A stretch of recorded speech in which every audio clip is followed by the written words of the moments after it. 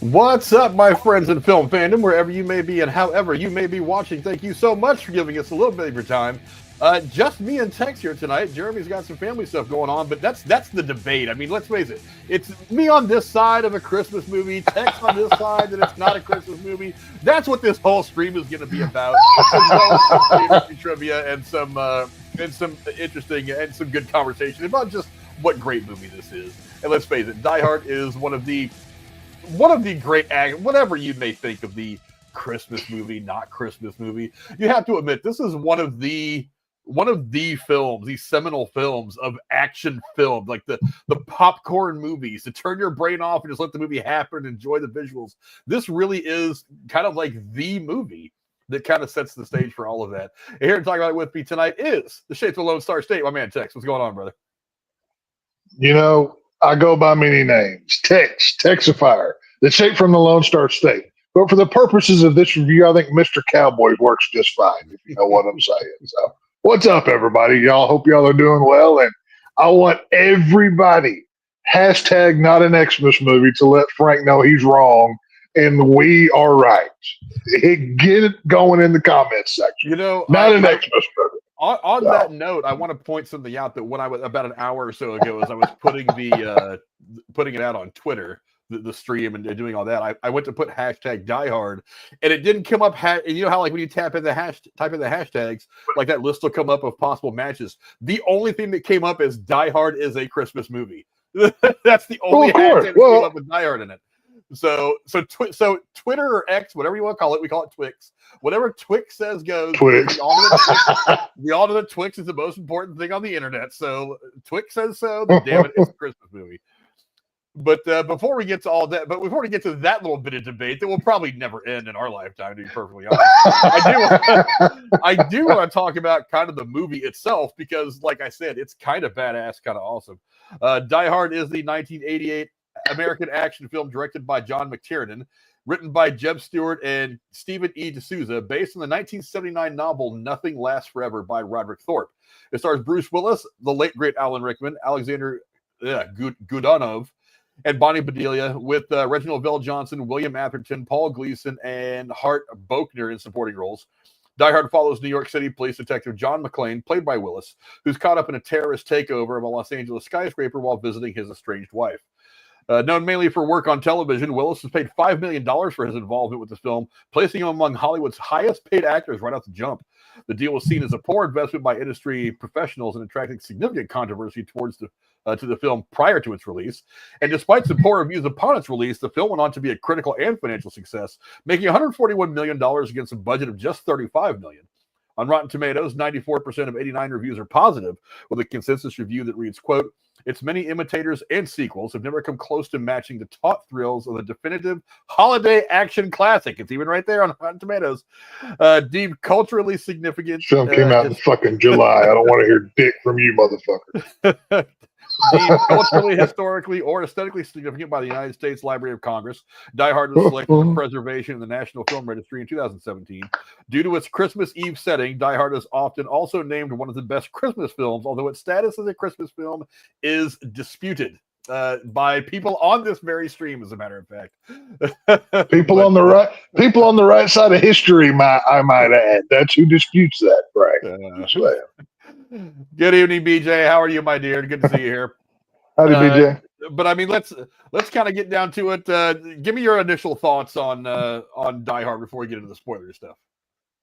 Oh yeah, I mean, I think it's fair to say this is the action movie, at least in the top 3 or 5. Oddly enough, the guy that directed this one also directed another one of those 3 or 5. I would argue, but yeah, this movie literally set the trend that's still going today of action films. You know, once this movie came out, subsequent films for the next 20 years were, oh, well, it's Die Hard on a train, or it's Die Hard on a boat, or whatever it may be. And you know, when the name of your film becomes its own genre, you've accomplished something. So yeah, Die Hard, no matter what season you think it belongs in, it's a badass movie. That's one thing everybody can agree on as we enjoy and watch this movie. I'll say that. Yeah, I always say ultimately that whatever movie you enjoy watching around Christmas time is a Christmas movie. It really doesn't. Well, fuck, I watched Texas Chainsaw Massacre at Christmas, but there ain't no fucking snow in that thing. So. It doesn't snow. It's not in northern Texas. It's not the Panhandle where it snows a little bit. It's southern Texas where they get warmer weather. So it could very well have happened December 24th or 25th. I mean, you never know. Well, I'm willing to give a Massacre Christmas movie status. Why the hell not? You don't know. Oh, I'd love a Texas Chainsaw Massacre movie in the snow. That'd be fucking amazing. But yeah, I mean, like you said it. It is the typical. It is one of the standard bearers of action filmmaking, and the reality is it's got a enough story. I mean, it's not so single, one track that it's just a bunch of action and explosions. There is an emotional element, between him and his wife. There is. Right. It's got one of the greatest movie villains ever, ever. Oh yeah. He's amazing. Like whenever AFI comes out with their top 100 villains, it's like Hans Gruber, played so brilliantly by the late and great Alan Rickman, he's in the top 5 almost every list for a reason. He's one of those bad guys that's deliciously evil. When he gets those crooked smiles, the evil smile, that look in his eyes, you almost root for him in a couple points in the movie because I mean he is just a thief, is the kind of talk about the movie, But yeah, there is so much going for this movie that you forget that it's easy to get lost in the idea that it's just an action movie. But I mean, it's got some actors who at the time were already kind of legendary in their own right. I mean, Alan Rickman, this was his first breakout role. We kind of know him now, obviously, for all of his work afterwards, Snape, all this other stuff. I'll talk about another movie that he was in later on in his life. It was actually one of my favorite performances by him. But yeah, I mean, it's loaded with great talent. It's loaded with good enough writing, and it's it's just a fun movie to watch. You don't even turn your brain off to watch it. It's fun. It's one of those weird things. It's like, if I was ever in that situation, could I be that badass? I mean, or would I just be like, what, just take me hostage. I don't give a shit. I'm just going to ride this out because I don't know if I can fight 19 terrorists on my own. But, let's get down to the breakdown. Let's talk about John McTiernan, the director. First off, he's obviously made some pretty fantastic films. We've seen a lot of them. A lot of them are considered great films on their own. He did another one. Obviously, he did Hunt for Red October as well as some other stuff. What do you think of the work of John McTiernan as a director and what he did in this film? Well, the dude made fucking Predator. I think the greatest action movie ever made. Maybe. I love Predator. I would absolutely love to redo a review of Predator. But it's not even just that movie. I mean, hell, Last Action Hero with Schwarzenegger was I had those action figures as a kid. That's how much I even like those at that age. Rollerball, stupid movie, but it's a fun one to watch. The guy knew the action genre. A great movie doesn't have to break the mold and be Shakespeare or whatever. A good movie, what's the ultimate job to do? Entertain you. So many of his movies are entertaining. The guy had the 80s cheese action down going and even going into the 90s. He still had it, but yeah, the dude did some solid work. The one film of his I don't think I ever finished was 13th Warrior. I remember starting it, but I don't think I ever saw it all the way through. But so many of his movies I've seen. Didn't he direct Die Hard 3 as well? Was it 2 or 3 he directed? I believe it was 3. He came back and did Die Hard 3, Die Hard with a Vengeance. Yeah, I knew he did one of those. But so many. I mean, there are some guys who just know what job they're supposed to be doing, and this dude was one of them. You know what I mean? Yeah, I mean, his body of work is fairly small, but he said, like you said, he made Predator, which is one of the best Arnie movies by far, and also one of the best action movies ever made. Die Hard, one of the best action movies ever made. The Hunt for Red October, which is a fantastic movie. I'm a big fan. I'm a big fan of the Clancy books, the Ryan verse, and that's one of the Tom Clancy books. Oh yeah, it's probably the best movie to come from all the Tom Clancy books that has been made into a film. Now all of them have been good on their own right, but I think this is the one that is by far and away the best. He got to work with Sean Connery in a movie called Medicine Man in '92, which I remember seeing, but I don't remember much about it. I might have to go revisit that one at some point. And Last Action Hero, which is. That really is kind of the turn your brain off and just watch it. But it's fun because it's the kind of thing that Kevin Smith would have done. it's like he's just so meta about the action movies in and of themselves, and he made a movie about an action movie star. It worked out so well. Thomas Crown Affair, which I think I saw, but I don't know. It was the second time he's worked with Pierce Bronson. 13th Warrior, I remember seeing it. I don't remember anything about it. I may have to find it again. but I'm an Antonio Banderas guy. Rollerball, like you said, not a good movie. It was really terrible. It was a remake. It's not a good movie, but it's a fun movie to watch. I that's one of those that I would catch on like TNT on like a Friday night. And I just love the hell out of that movie. It's a lot of fun. So that's the one that had a little too much to drink or smoke, and you just want to like let a movie right. bowl over. You want to let a movie just bowl over the least conceptual part of your brain, the least important part of your brain. You watch no, it's not winning any records or it's not profound in any way, but you can have fun with Rollerball. So it's all good. But he was also he was an uncredited executive producer of a movie called Flight of the Intruder from 1991 with Danny Glover and Willem Dafoe, which is one of my dad's favorite movies. I don't think I remember that one. It's not an Oscar winner by any stretch of the imagination. Basically, it's Willem Dafoe and Brad Johnson play these two pilots that work off the care in Vietnam, and Danny Glover plays their CO, and they over the course of the movie they're getting really kind of burned out on bombing kind of useless targets, like bomb some abandoned village and whatever, and they're like, why am I risking my life getting shot at to go bomb these useless targets? So they decide one day to drop like a few of their bombs and then to like break formation to go to hit Hanoi or something like that in the middle of the Vietnam War. And of course they go and do it, and on the way back they get shot down and it goes crazy. It's actually a very, very good movie. It's a pretty solid movie. If you can find it, I highly suggest watching it. I'll have to look that up. And it's got so I'll watch anything he's in. I'll watch, and I can't wait for Nosferatu with him in it. So I'm down. It's actually quite a good movie. Like I said, it was one of my dad's favorite movies. But yeah, a small body of work, but dude, he's laying in haymakers. It's like Predator, Die Hard, Hunt for October, Last Action Hero, Die Hard 3. Well, it's like, you don't have to make 1,000 movies if you hit home runs every time you get out of the get up to bat. So yeah, what you gonna do? But as far as what he did with this movie, I mean, like I said, it was fantastic. I mean, he one of the best decisions that was in retrospect that has ever made in filmmaking is he convinced Alan Rickman to do this role, because Alan Rickman at first didn't want it. He actually down.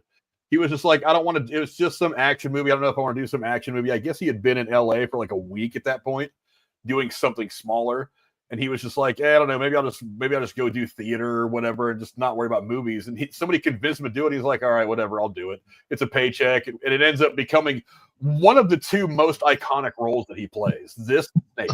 This and Snape, always be remembered for, and one of the great movie villains of all time. It's kind of weird how you kind of stumble across history every now and again. That's exactly what he did with this. But yeah, a great action director, and it is a very good storyteller for just saying, okay, go blow this up, get it on camera, and we'll fit it in the movie somewhere to make it work. I think he's a little bit more than that, except for Last Action Hero, which clearly that's all it is. It's just action. So that was nothing but explosions. Yeah, that was kind of the point. Like I said, it was a very Kevin Smith kind of movie to make, because he's making it was good. fun of the action genre. It's the kind of thing Kevin Smith would do. But let's talk now about the cast of the film, and again, loaded. Absolutely loaded. Tex, what do you think of the cast of the film, and who stood out to you the most? Well, normally I go for somebody who's in the background, but I got to go Bruce Willis here. I mean, you got to think about the time in cinema of where we were as far as action hero.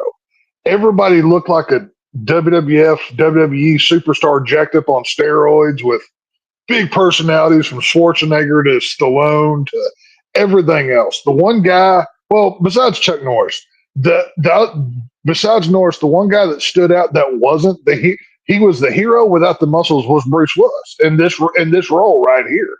And when you see John McClane, he's kind of doughy, kind of a normal guy, but he's doing these spectacular things. The one-liners, the yippee-ki-yay motherfuckers, and so many fucking lines that he throws out in this movie. How can you not want to be John McClane? He's just so cool. How he's so, I think my favorite thing about this movie is how him and Hans Gruber have such a back and forth, but they're never in the same room together. That shows you how well of an actor you are if you can have chemistry with somebody completely off the screen. Whenever him and Hans Gruber are going at one another verbally, it's just so much fun to watch. But Bruce Willis is such a character. He literally made a lifetime off of this movie, and it was the roast of Bruce Willis that they did on Comedy Central probably 15 years ago or whatever.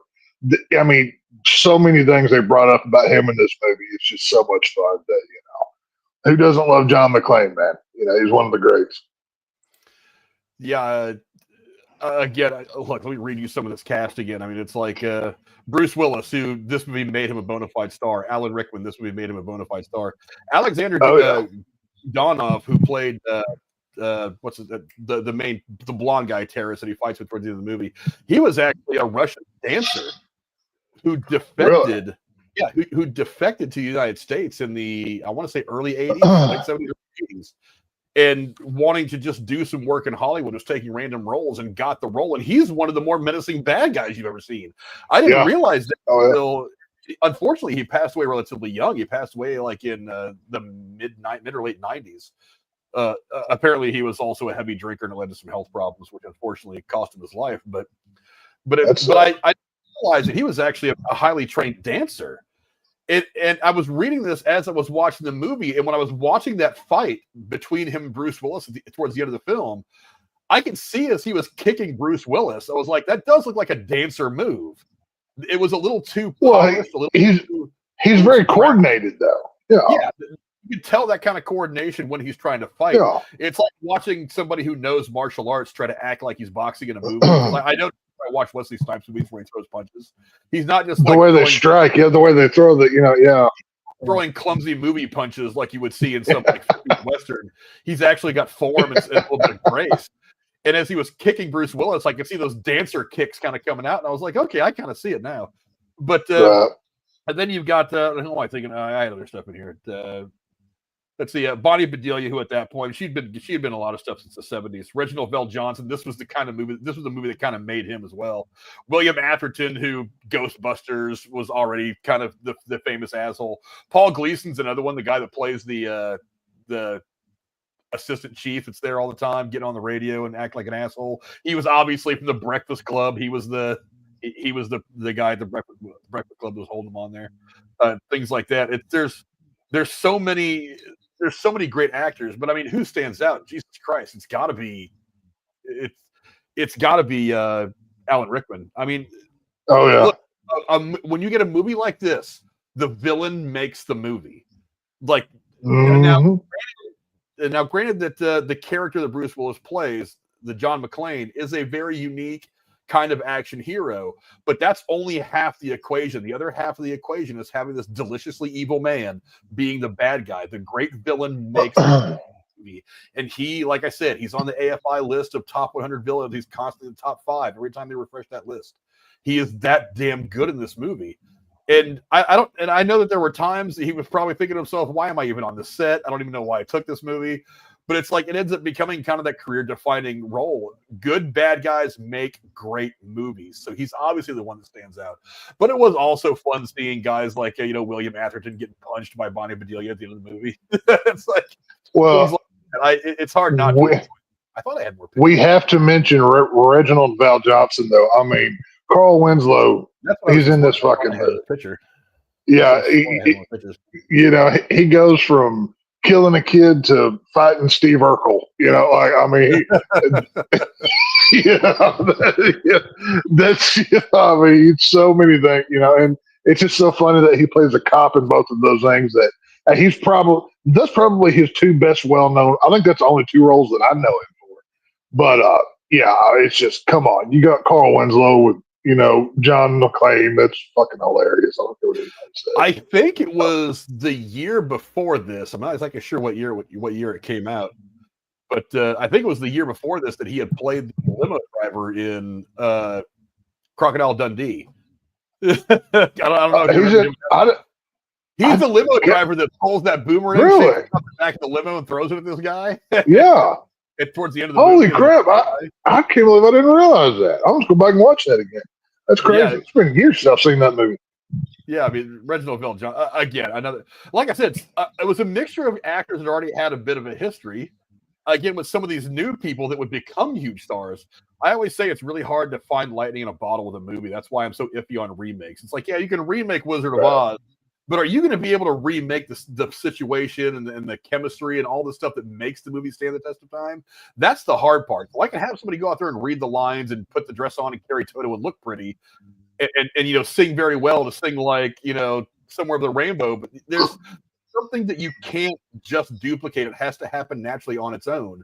And that's the hard thing to do. And sometimes movies get it right, like it did with this one, and it works out great, especially with the cast.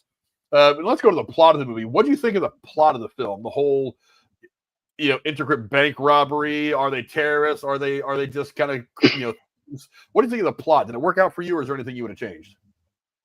Oh yeah. Well, I mean, hell, you can't not say this plot doesn't work, because how many action films over decades has it influenced? I mean, Jesus Christ. It's like I said earlier, it's Die Hard on a fill in the blank, which the one part of the plot that always confused me. So if you're an off-duty cop, can you just carry your firearm on airplanes or anywhere that you go? I'm not sure it works that way, but it's a movie magic, so whatever. Back in the 80s, you might have. I mean, nowadays, post 9/11, we look at that and we're like, there's no fucking way they allowed him to do that. Right. Yeah, that's what I'm saying. Now, as a licensed police officer, maybe they didn't care so much back in the 80s. And I think even pre 9/11, like in the 90s and like in the year 2000, there was probably ways to do it. But now, post 9/11, again, they're never going to allow that. But even today, there's still ways to take your firearm with you if you fly somewhere. You can just call. Oh yeah, well, I did it whenever I flew to Florida. But I'm thinking, like, I don't know. That was like one of the whole plot points that always confused me. But besides that, I mean, for as big of it, this is both the prototype of an action film, but at its heart, it's a story of family. It's man who lost his wife and kids trying to get them back. I mean, that's what I think kind of puts it over the top, because, I mean, yeah, he walks through broken glass barefoot. He does incredible things John McClane does in this movie. But the heart of it is there. And because there's heart, I think that's what puts it over the top. You know what I mean? And I mean, yeah, just plot-wise, for everything that this story does, it works, man. You've got a just great bad guy, like you said, a top 100 villain, and that's saying something with all the people that we, with all the movies and stories we had to choose from. But yeah, I can't really think of anything in this plot that I would change, and that's very rare to say about a film. I think it works on every level. Yeah, the plot is, like I said, it's more solid than sometimes gets credit for. I don't know if you know this, and I'll dig into a little bit of the trivia now. Did you know this movie is kind of sort of a sequel? To what? I don't know. Okay, so the movie is based on a book called Nothing Lasts Forever, which was released in 1979. That book was a sequel to a 1966 novel called The Detective. Now, in The Detective, the name of the police officer is, let me get some of this stuff right real quick, Joe Leland. And the basic plot is he's a retired New York detective. He's visiting a 40-story office headquarters of the Klaxon Oil Corporation in Los Angeles on Christmas Eve, where his daughter Stephanie Leland Gennaro works. And then shit pops off. She's taken hostage. Basically, he changed his name and made it his wife instead of his daughter. But a lot of this stuff happens. Now, the first book that came out, The Detective, was actually released in 1966 and was made into a movie in 1968 of the same name, starring Frank Sinatra as Joe Leland. So in this movie, Bruce Willis is playing the character that Frank Sinatra played in the 1969 or 1968 movie. So it's really kind of sequel, kind of not. Now, a lot of the names are the same. They obviously changed his full name, but I mean, the Gennaro name that she takes. So is this going by the James Bond rules where different people play the same role? I mean, you can call it that, even though technically these movies don't really have anything to do with each other. But right, of course, yeah. But this book that was based on being a sequel to another book that was made into a movie starring Frank Sinatra. He kind of ipso facto in Hollywood, the way people work shit out in their heads for movies, kind of nonsense. I mean, because there's still people out there that swear up and down that Harry Potter is a modern day extension of Star Wars. The Jedi's found Earth and they lost the lightsabers. And picked I've heard that. Yeah, I've heard that. I don't know. I don't really like that theory, but whatever. I mean, it's out there. But yeah, I mean, I've thought for a minute that I need to find this book and go look at it. I think it's up. Oh, well, because I know got the game right here on my TV playing right now, so I can watch it at the corner of my eye, and I'm watching the screen right here, and I've got my phone. Well, I know, like, technically all of that Jack Ryan stuff is in the same world, right? Even though it's played by different people as well. Technically speaking, yeah, there's various stages of his life, and the movie's all because like at one point, like he becomes president or something, and whatever. But I don't think any of the movies have gotten to that point in his existence yet. But yeah, I would like to see that. Yeah, something like that. Yeah, so I look. It's an awesome plot line. I mean, not only does it work for it works. Like it sounds like a really interesting plot for a book, and I want to check it out. Would I change anything? Absolutely not. I mean, this movie's kind of awesome. I mean, it's one of those movies that not perfect, and I'll pick a hole or two in it, later on. While it's not perfect, it's still. I mean, dude, I watched that movie with the same reverence that I watched it when it first came out in 1988. It's great. Yeah. When this movie comes on, it fills my soul with happiness. It's one of those movies. Best movie ever? No. Best action movie ever? Not really. No. It's up there, but I mean, I don't think it's the best action movie ever. But I mean, it's I think that's Predator. I wouldn't change much about it. But let's see. Nick says he's playing PS5, watching on my iPad and the game on my phone. See, multitasking. If you could see, if there was a camera back there, you would see my phone here, where I'm keeping track of the iPad here, where I'm keeping track of the YouTube stream, and my TV, which through my PlayStation is playing Amazon, which is right now watching the Niners and Rams. So yeah, I've got my computer right in front of me while I'm doing all my shit, and my blank monitor here because I can't figure out why it's not working. But yeah, that's kind of that's my usual setup, is I have like electronics everywhere during a stream, so I can keep track of all this shit. But yeah, it's I can't knock the plot at all. But but let's have a little bit of the discussion about whether it's a Christmas movie or not. I'm looking at the poll right now. Let me go look at the poll on. Let's see. There's 6 votes, and 67 people, which is basically 3 of 4, think that Die Hard is a Christmas movie, and 1 vote, which I'm assuming is yours, says that no, it's not a Christmas movie. Casey hasn't been here yet, so nobody has voted that Casey eats ass. But I don't know. I'm surprised Nick didn't vote for that one. You can't mess around right now. This is a serious poll. We're trying to decide whether this is your pitch as to why this isn't a Christmas movie. Okay, first of all, the film comes out in July. Okay, I don't know a whole lot of Christmas movies coming out when it's 100 degrees outside. Number 2, John McClane himself, Bruce Willis, said this is not a Christmas movie. It's too violent. It's too this. It's too that. Whenever the star of your movie, if it was not for Bruce Willis, you would not have Die Hard. You would not have Die Hard on a boat, Die Hard on a train.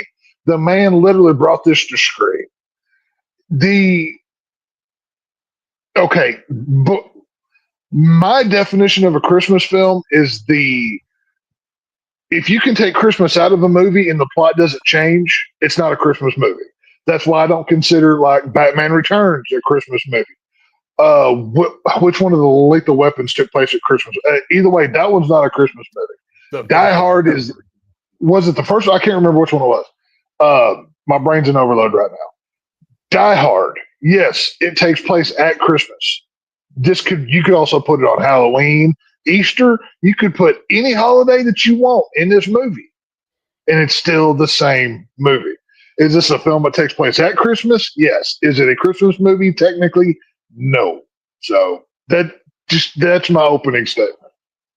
Well, if you talk about when they are released, okay, Miracle on 34th Street, it's a Christmas movie, right? Very integral to the plot, yes, I would say Christmas movie. Was released on June 4th, 1947.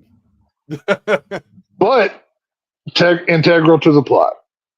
But that's the thing though. It's like I know that we tried to do this like a year ago. Like, what are the requirements for a Christmas movie? We could never really come to consensus on like the 5 or 6 things or however many we were going for. I think it was 5. Dude, people have been arguing about this since 1988. We're not going to solve it tonight. We're just continuing the fight. Probably longer back than that, to be perfectly honest. But Gremlins is a Christmas movie. Would you say? Yes, Christmas I agree. Gremlins is yes. I agree. June 8th, 1984. They say Trading Places is a movie. But once again, if not for the present of the gremlin itself, that film does not happen. Integral to the plot. Thank you for the point. Funny. There's this blog that I'm looking at right now called the Yule Blog. It says 5 famous Christmas movies you won't believe were released in the summer. One is Miracle on 34th Street in June of 47. The second one they list is Die Hard, released in July of 88. The third one is Gremlins. They also Holiday Inn, which is a movie from the 40s that I've never heard of. I've never seen that. I've never seen it. Let's see, Trading Places it has on here, along with a bunch of other movies. So yeah, and then go to What Culture, which is a pretty good one to look at. They're not a bad website. 10 classic films that actually came out in summer. Iron Man 3? I don't know if I consider that a Christmas film. I would. That one's very integral to Christmas as well. I would say that one's a Christmas film. I don't remember Christmas being that big of a deal, but I mean, it's been a while since I've watched that movie, so maybe I'm wrong. But I guess it's one of those things I have to click through. Oh yeah, they're trying to get my fucking information on this one. Merry Christmas, Mr. Lawrence. Never heard of it, but it's got David Bowie in it, so maybe. I don't know. What year does it say that came out? It was going to say 82. I've never heard of it. Let's see. Batman Returns. No. Christmas. Not a Christmas movie. No. Once again, that takes place on Christmas, not a Christmas movie. Against Trading Places, which I don't know. I don't know about that one. I don't know nothing about that one. Bridget Jones's Diary. I think I saw part of that movie once. I just don't care. Christmas in Connecticut. That's going back to like the 40s. Let's see, Gremlins. Well, we talked about Die Hard. Okay, against you on this. Okay, the focus of this film is not John McClane has to save Christmas. It's John McClane has to save his family on Christmas. It's literally Christmas is just the setting in which it takes place. It's nothing more within this film. Like I said, it can be any time of year. So you can't say this is exclusively a Christmas movie. And that's such simple thought to me when some people think that. But it's just like you open the story. Technically, any film you watch at Christmas is a Christmas movie. If I watch Halloween on Easter, is that an Easter movie? I watched it on Easter. Who gives a crap? Whatever. So I say that is because whatever movie you watch at Christmas for tradition is, you can call it Christmas. Right. I don't care. I just think it's fun to have fun with, and I like to. I do too. There's down there in Texas. Once the nuclear bombs go off, and we're all sitting there with a third ear and like 4 arms. Once we've been irradiated, we're going to be arguing: was Die Hard a Christmas movie? As we're waiting for our death. That's one of the things we're going to talk about. This conversation is never going away. It's just one of those things. I love it. I'm actually reading about the book that this is based on. It says some of the most famous action sequences in the movie that were taken from the book are McClane crawling through the HVAC ducts. That actually something happened. Yeah. McClane dropping the C4 bomb down the elevator. Dr. Nick says Mallrats is an Easter movie.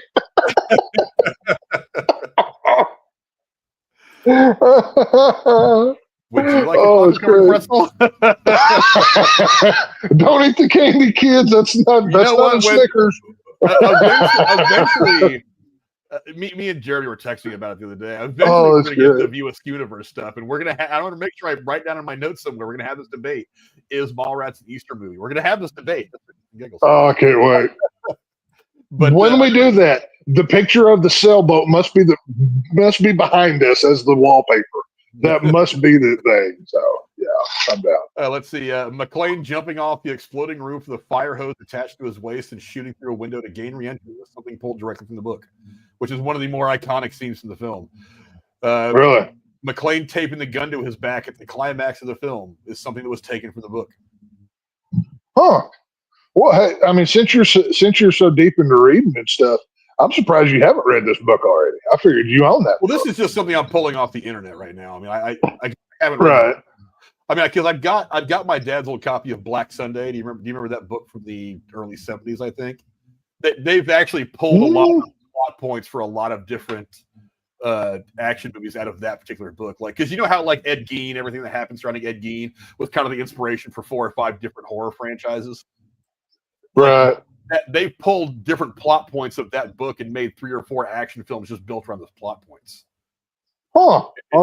Black Sunday, it's about the blimp flying over the Super Bowl and some kind of crazy shit's going to happen. I forget exactly how it went. Again. But let's see. Willis explained in an 88 interview that he acted out McClane with enough fear, anxiety, and vulnerability to make audiences believe that he could indeed possibly be killed because of what happened in the story, as Joseph Leland could have possibly died of his injuries in the book. Yeah, he gets pretty fucking beat up after this. One thing they didn't really point out is that does he actually get a pair of shoes on after this whole thing's over and he's walking through all that debris at the bottom of the building? Like, hey, you think that he could have some shit like that just to get through, you know what I mean? Maybe, for all his troubles, and Santa Claus thought he was a good boy and brought him a new pair of Nike Air Jordans or something. You know what I mean? You can't never tell. So who knows what happened? Yeah, I am interested in reading this book, though. I may have to go back and find the movie on somewhere and see if it's on streaming somewhere just so I can watch it, because I do like to watch some of those older things. I've never seen that before. I've got a couple of Howard Hughes movies on bootleg that I like to watch. Cool. I've got the original Hell's Angels.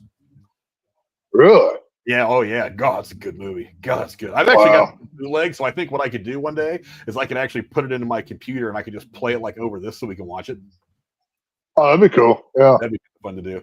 I've got Hell's Angels. I've got another one of his. What do I have? The original Scarface. I've got the original Scarface on DVD.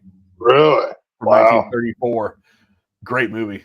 Yeah, you watch that, then you watch the one with Pacino from back in the early 80s. You'll see that the Pacino one is actually a shot-for-shot remake in spots. Like, even the very end, like when it's I can't say that I've ever seen the original, to be honest with you. Yeah, it's a Chicago gangster. He's kind of loosely based on Capone. Yeah.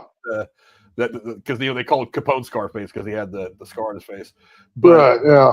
It's at times a shot-for-shot remake. It's just instead of having him be a Chicago gangster, they had him be the Cuban style. Dr. Nick's coming in with some knowledge here. He said, I felt that the gun was taped a little too low on his back for him to reach. See, he has took the Christmas, not Christmas argument to the next level. He is now determining gun placement of where your EDC can be reached or not. I mean, realistically, I can go like middle of the shoulder blades. I could get my fire on. I don't know. So I have to reach a little bit to get back there, so he might have. Right. I mean, I can get back there, but that's one thing. I mean, I carry every day, and Frank, I believe you do as well. Gun placement on your everyday life, that's an important deal for whether you want it to print or not, or whether you're going full concealment. So, Dr. Nick coming in with the gun facts for the night. I like it. So, do they allow you guys to have guns up there in Canada? I thought you got arrested in Canada for even thinking about guns because that might offend somebody. I thought that was a thought crime y'all had. I thought if you yelled "bang" loud enough, Justin Trudeau would come kick your door and be like, "Come with me." Have you seen Justin Trudeau couldn't kick over a Twinkie, much less in a door. What he would do is he would go up there and have somebody else kick your door down. Then he'd go sit on your couch with his crossing his arms like this, like, so what did you do wrong? Why am I here? I'm a feminist. He would make you apologize 50 times and, say your sorries and, your amens and whatever. So, that's what they do up there. I know so many people in Canada that hate Trudeau. It's hilarious. Oh, yeah. Yeah, he's not a popular guy. You see, BJ's on your side. She says, I saw the tape when he said it's not a Christmas movie, and I believe good old Bruce. So BJ's on your side. Right? From BJ's lips to God's ears. I mean, that's BJ. That's it. It's over. There ain't no argument now. I mean, a smart lady like it, you got to listen to her. So, Well, you see, Dr. Nick's using the computer tricks. He's got a VPN, so that way they think he's actually in Texas somewhere. So they're like, oh, his pro gun shit makes perfect sense. Hey, if Dr. Nick spent like a week down here, he'd never want to go back. He'd be firing guns and whiskey swilling and telling people to go fuck themselves. It'd be great. Once he got that little morsel of freedom, he would never want to go back to the cold, frigid north. So it's all good. BJ says, "Oh shucks." I think it's a Christmas movie. I'm just going with it. Look, they wouldn't have made this picture right here if it wasn't a Christmas movie, for crying out loud. So, hey, motherfucker! I can go download a picture from Halloween Kills and throw a Santa hat on Michael Myers and do the same damn thing. I don't want to hear dick out of that. Didn't one of them take place around Christmas? No. The closest they get to Christmas in a Halloween film was Judy Greer wears a Christmas sweater during Halloween 2018 and Kills. So it's the closest they get to Christmas. Well, you see, Halloween's a Christmas movie. It's got a connection. Why not? Now, if you want to argue Halloween Kills is a Christmas movie, hey, I'm all on board. But Die Hard is still not one, my friend. So, any movie you want to watch is a Christmas movie. Texas Chainsaw Massacre. It was just in the southern Texas, close to the border. Where so, as far as you know, there was. Could you imagine the Sawyer family Christmas tree? It wouldn't have like an angel on top. It'd have like Sally's head or something. Like, oh, that'd be a great Christmas tree. I'd so be down for that. I really think we should make and sell those. Instead of that frilly lace on the bottom, it's like human flesh draped around with presents sitting on top, and that'd be an amazing Christmas tree. Oh, that'd be good. Wrapped in human skin. Oh yeah, ooh. Just go full Ed Gein with it. Like instead of Christmas ornaments, it's like livers and kidneys hanging on the tree, nipples and everything. Oh, that'd be great. Yeah, I'm down. Let's do it. I know what I'm doing. I am so having a Texas Chainsaw Christmas at my house. My kids are going to hate it, and I'm going to love every second of it. It's going to be great. So, let's get into a little bit of trivia now. And boy, was there! I had a tough time picking through some of the trivia for this because there was just, again, this movie's old enough to where there's plenty of it out there now, and I found some really good nuggets. Let's see. John McTiernan, the director, actually transitioned the success of this film into directing an adaptation of one of his favorite novels. We talked about it earlier, The Hunt for Red October in 1990. I know you've seen that movie, Tex. Oh yeah, Gene Hackman, great movie. That's one of the seminal war movies ever. I mean, I don't know what the greatest war movies ever are, but that has to be pretty high on that list. Okay, Sean Connery, not Gene Hackman. Sorry, I was thinking of a different movie. Sorry. Either way, Everpoint still stands, but yes, I love that movie. He was in Crimson Tide. He played the commander. Yeah, that's what I was thinking of. Yeah. But let's see. Reginald VelJohnson, we talked about it already, how this film kind of made him typecast as a police officer. His performance, him being cast in the sitcom Family Matters, which ran for about 10 seasons. Just from that picture alone, I didn't realize how bad Bruce Willis was balding. Just from that side shot alone in this movie already. Holy shit. That's fucking crazy. He's always had that kind of I think it's called a widow's peak. Because I've always kind of. Well, that's how mine started. Like mine's like I kind of did this thing. Mine's like back. Yeah, that's why I started shaving the head because I had that Bruce Willis cut going. But yeah, as far as Reginald goes, I mean, it's like I said earlier, his two most famous roles are him as a police officer. So pretty easy to get typecast whenever one of the biggest shows of the '80s going into the '90s or with Family Matters. And this movie, it's kind of easy to get typecast. You know what I mean? Oh, it is. Totally. But let's see. The fictional Nakatomi Plaza is actually the headquarters of 20th Century Studios. So the studios could use one of their own buildings and didn't have to hold back on stunts and action sequences.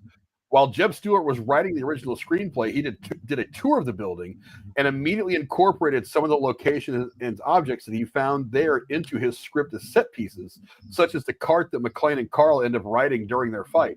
The company charged itself rent for the use of the then unfinished building, and some of the middle floors were occupied by legal and administrative developments. So only empty floors were used for filming. Still, the filming of scenes that involved gunfire had to be postponed until after hours because some of the employees from the active floors started to complain about the noise.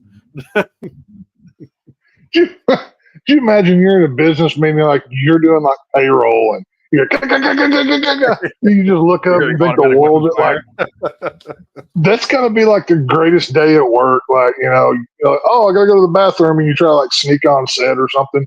That's something I can see me doing. Be like, oh, I pop my head up and Die Hard like 30 minutes in. I'm like, oh, hey, whatever. So it'd be great. I don't think it was Last Action Hero. I don't think it was a big action movie. There was a movie that I'm thinking of, and I can't remember which one it was. That they had actually done some like running scenes where a character was running like through an active office that was actually working on one of the lots somewhere. I forget what movie it was. And they just went in there and said, all right, guys, there's going to be like a steady cam and a guy running through here a couple of times to get a shot. Just keep working. And so people were just like, yeah, whatever. And they just kind of like kept doing their thing while the steady cam would run through, and then the actor would run through, and then another camera, another actor would run through. And so like these people actually doing their day-to-day job for the studio were actually in the movie doing their day-to-day job, which is pretty funny. I know, like, whenever Frank Henenlotter made Frankenhooker, all of those shots in New York City, they just stuck a camera they literally just opened they just opened the side door on the van, and they're just driving around getting shots because they didn't have the money to legally film in New York City. And there was another one, Maniac Cop. There's an interview where Tom Savini go on The Last Drive-In with Joe Bob Briggs, where Tom Savini's talking, where they show Maniac Cop. All of the stunts in that film weren't supposed to be done. So like when they blow up the car, they literally just shoved it into the East River and ran like hell because they weren't supposed to be filming there. So this is what movies used to do. Like movie making has changed over the years so much these days. It's crazy. Oh, yeah. Let's see. The costume department had 17 undershirts in various stages of degradation on hand for Bruce Willis. In 2007, Bruce Willis donated one of John McClane's undershirts to the Smithsonian Museum. That thing had to be falling apart by that point. I mean, it's like a cotton wife beater soaked in blood and God knows what.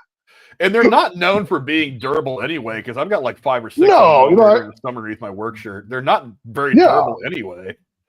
Once you wash one of those things 3 or 4 times, like the elastic, kind of it starts to go away, and they don't hold up well. So I mean, but it's a movie prop. Those things sell, for sometimes millions of dollars. It's crazy what stuff like that goes for. We talked about this a little bit earlier. Alan Rickman nearly passed up on the role of Hans Gruber, which ended up being his first film role. He had only arrived in Hollywood 2 days earlier and was appalled by the idea of his first role being a villain in an action film. To a degree, Alan was right to be concerned, considering his performance as Hans Gruber was so hailed that the actor had to struggle being typecast as a player of villains for much of his career. Hey, you know what? Sometimes the curse of success is real. I mean, you can do something so good they don't want you. I mean, hell, Robert Englund, he never got out of the shadow of Freddy Krueger. People to this day still want to see Krueger back, or see Robert Englund back in the role as Freddy Krueger. I mean, it's typecasting's a real thing. I mean, there's a reason for it. The irony with Robert Englund is the only role because when I think of Robert Englund, there's 2 things that always come to my mind at the same time. One is Freddy Krueger. The other one is Willie in the old TV show V from the 80s. Same time he was the first Nightmare movie, which diametrically opposite characters could not be farther from each other. Yeah. And he plays them both so well. Oh yeah. Well, I mean, like with Alan Rickman, he has that that European bad guy. He has that look. He has the charisma. Like he was never a Bond villain, right? I don't think he could have been He could have been an amazing Bond villain. He has that presence to him. He's just, something about the guy. For me, when it comes to Alan Rickman, and why not entertain him to saying Alan Rickman is the best ever? Yeah, he says. I agree. Yeah, my dad and Stranger Things. Yeah, Robert Englund. Yeah, yeah. But there's another role that if you think you're a fan of Alan Rickman, you need to know the movie CBGB. Have you ever seen this movie? I don't think so. It's a smaller independent film. He plays Hilly Crystal. Do you know what CBGB was? Or actually, I guess technically is. It's still open, sort of. The club, right? Yeah. The club in New York that basically birthed the punk movement of the 70s and early 80s. So this is Aaron, by the way. Apparently, I don't know why the hell he's not on his account. So yeah, there's Aaron. But he plays Hilly Crystal, who was the one who started this club, and he originally started the club. Hilly Crystal did because CBGB means country bluegrass blues, and those were his favorite kind of movies. So he started this club and wanted to just book those acts, but he couldn't find anybody to come play there. And he was getting ready to close the door, and he's like, "Well, I'm just gonna book whatever bands want to come in here and play for whatever." So he booked this unknown band called the Ramones to come now and again. That band that never went anywhere or anything, right? Yeah. And then next thing you know, he's like, and people started to come in to watch the Ramones because they were starting to hit their stride. They're like, well, if this is the kind of music, whatever. So he ends up going to find groups like Blondie and a bunch of other groups, Sex Pistols, all these other groups that were that basically created the punk scene, and CBGB ended up kind of inadvertently giving birth to the punk scene. He plays Hilly Crystal in that biopic about his life and developing the club. And dude, it was towards the end of his life. It came out, I think, 3 or 4 years before he died. I think he only had 1 or 2 more roles after that. But he is fantastic in that movie, and he's not the bad guy like this. He's not that dark figure. You don't figure him out like Snape. He is legit. Like a real person, a great role. I think that's one of his best pieces of work that never gets talked about. So I'll have to look that out. I haven't seen that before. It's a great movie. It's a great movie. Yeah, I've never seen that. Great music too, because again, it's about that early punk movement of the 70s and early 80s. Right. Yeah. Great music. Oh, it's awesome music. Yeah, I'm down. But let's see. While making, let me go find a picture. While making this film, let's see. Cinematographer Jan de Bont got trapped in an elevator, which later gave him the inspiration for the opening scene of Speed in 1994, which he directed. Inspiration comes from many places. That is one of my biggest, like anytime I go out, I'm like, okay, if something bad happens, I'm a prepper. It's just the way I am in my mind. Like if I go to a restaurant, I always sit near a door. I don't like people behind me. I'm weird like that. Every time I get into an, I've got Jennifer trained that whenever we go out to eat, I have to face the door. So she'll automatically walk to the window. I have to be facing it. Like I drive everybody crazy when we go out to eat. I have to be facing the door and near an exit. It's just the way that I am, with clear shot and clear line to get out. But it's like every time I get in the elevator, I'm like, okay, this thing gets stuck. How the hell am I getting out of here? So like we're just like in my mind, I'm going into John McClane mode, and none of the plans are realistic. In reality, I'm going to sit there till somebody comes to rescue my big ass, or I'm going to die there, one of the two. But it is what it is. But one good thing to learn: remember from the office, Dwight Schrute said you have to decide on the P corner within the elevator if that were to happen. So keep that in mind, too. Yeah. Let's see. God, what could have been for this movie?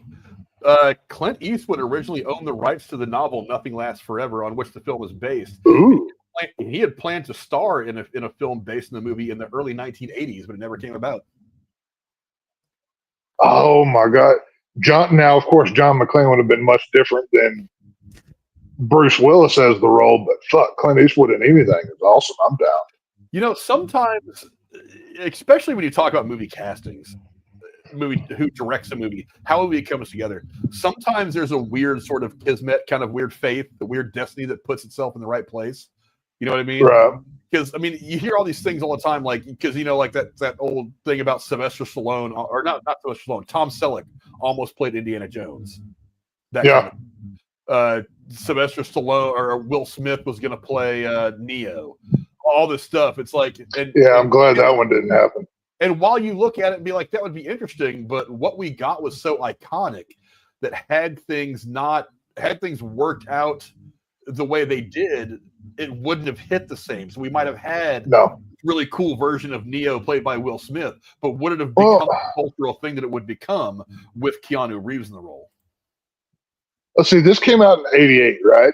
So how old was Clint Eastwood at that point? He was already getting up there on age. Well, this was 40 years ago, so he would have been 50, which is not terrible old, 50 something, right? I mean, I don't know. He was right around 50 the last time he played Dirty Harry.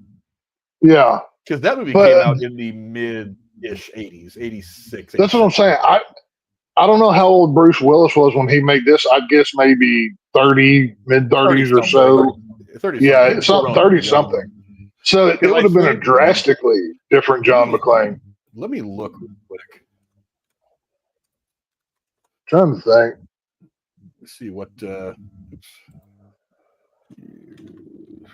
Aaron says Jeff Daniels being Keanu's partner makes that movie great. Yeah, Jeff Daniels is awesome. Now, let me go look and see which one came out first, because he was in, because he had done a small movie called where is it? I just okay, there it is. He had done a small movie called Blind Date before early in his career too. Yeah, he did Blind Date before he did this. So he had a couple uncredited roles and some small stuff. Then he had done Blind Date, which was kind of like a weird rom-com with him and Kim Basinger. And that was about the time that he was doing Moonlighting, which was the show that really made him famous. So from 85 to 89, he was doing Moonlighting. He did an episode of Miami Vice and an uncredited episode of The Guru Comes in 1980. An extra. So from 85, I've seen that episode of Miami Vice with him on it before. Yeah, so he did Blind Date while he was filming Moonlighting, and he actually had to shoot Die Hard. You know, funny, the reason, I don't know if I put it in here or not, the reason that he was allowed to do Die Hard, he was actually still working on Moonlighting at the time that the movie was filming, and they weren't going to let him go to do this film. But Sybil Shepherd, who was the co-lead in that show with him, got pregnant, and they had to go on hiatus for 8 months while she was pregnant and giving birth. Wow. In that 8 months, they decided they were going to shoot this movie really quick because they really wanted to get it done and made for the next summer movie season. Right. So her getting pregnant, ultimately why we had it in the movie. We can thank the offspring of Sybil Shepherd for Die Hard. Is what we and technically the entire action franchise world can thank Sybil Shepherd for Die Hard. That's crazy. Works for me. Sybil Shepherd's a good actress in her own right. I'm happy. Let's see. You know what could have been? Here's some casting stuff. George Takei actually wanted to play Takagi, and John McTiernan really wanted to cast him, but Takei's agent got something mixed up. It led to Takei not getting the role, and apparently George Takei was not happy. Now, when that happened, did he say, "Oh my"? Oh my. Yeah, here's why I'm not. Look, I love George Takei. He's a little bit of a liberal whack job for me, but I was going to say he's got a bad case of the TDS. You know what I'm saying? A lot of stuff that he does and says that I really like. And I'm a big fan anyway, so I love George Takei's his history of Sulu, obviously. But the reason why I don't really care that he didn't make it into this movie is because the role of Takagi is only really in the movie for like 30 seconds. It's like he's in the movie, he has that little conversation with McClane early on in the film, and then he has that little back and forth with Hans Gruber. That was a pretty good scene, and then he dies. So by the time the first act is like halfway through, as we're kind of falling into what the movie is, his character is already 69 or like 86. He's out of here. He's already gone. So I mean, it wasn't like he was a big enough role to really be important anyway. So, I mean, whatever. It would have been nice to have seen him on screen because I love George Takei. I love him on screen. He's got a very unique screen presence that I really like. But him not being in this movie was not that big of a deal. But you know what? Another thing that could have been some really interesting casting, and I'm really bummed that Jeremy's not here for this one because I think me and him would have had a great conversation about this. Sam Neill actually turned down the role of Hans Gruber, which I think is outrageous. And look, as much as I love Alan Rickman in this role, when I read this, I was like, that could have been something special. That could have been something really, really special. Because Sam Neill is a very, very good bad guy. I've talked a few times. One of the movies I want to do is I want to do Event Horizon. And when Sam Neill makes that heel turn, when he gets possessed by the demon or the devil or whatever it is, and he becomes the bad guy in the film, he himself, much in the same way that Alan Rickman is in this movie, he's a really cool bad guy. Tex, you probably heard what I was just saying. Sam Neill actually turned into the role of Hans Gruber. What do you think of the idea of Sam Neill playing Hans Gruber in this film? Well, I mean, let's also not forget he was the main bad guy in Daybreakers too. He plays a really good bad guy. Like Sam Neill, he's one of those very interesting. I don't know what the word I'm looking for. He's got a very interesting face. Like he's one of those actors that you can see the emotion he emotes, I guess is the word I'm looking for. I'm not sure. But yeah, Sam Neill, I could have seen that, but knowing what if I could give up what we have now to see that version, I wouldn't, just because what we got was so amazing. Even as good of an actor as Sam Neill is. Yeah, that would have been interesting. Like I said, the heel turn that he makes in Event Horizon, that sci-fi horror film that came out years ago, that is so when he gets possessed by that whatever it is and becomes the embodiment of the evil. God, he's so good. I mean, he's good in that movie already, but he is such a great actor. He can play. He can play the ultimate good guy like in Jurassic Park, and the evil bad guy like in He played Damien. He played Damien in the Omen 3. He literally played the son of the devil. You know, like you can't get any worse than that. You know? Yeah, he is just so good. That would have been really interesting to see. But let's talk about some of the people that could have been John McClane. And boy, this is all. Let me read through all these in text. I want you to give me an idea as to which one of these you think. Now, these are not people. Right. Some of these people turned down the role before it was offered to Bruce Willis. Some people were rumored to have played this because this movie was actually in development for quite some time. So this is some of the names that at one point were attached to it. Richard Gere, Sylvester Stallone, Harrison Ford, Mel Gibson, Arnold Schwarzenegger, Clint Eastwood, Robert De Niro, Charles Bronson, Don Johnson, Richard Dean Anderson, Burt Reynolds, and Michael Madsen were all at one point either considered John McClane or offered the role and turned it down. That's a whole lot of names, and including, and this is my next piece of trivia, John Travolta was also considered for the role of John McClane, but 20th Century Fox wouldn't allow it because Travolta at the time was considered a has-been. That was when his career had gone into kind of like this weirdness where he was a couple years away from like Look Who's Talking and kind of the resurgence of his career. But that's a long list of names. So, those names I'm not with, but a couple of them would have been interesting. Well, as much as I love Sly, the accent wouldn't have played well against Alan Rickman. You kind of want the all-American guy against the European accent.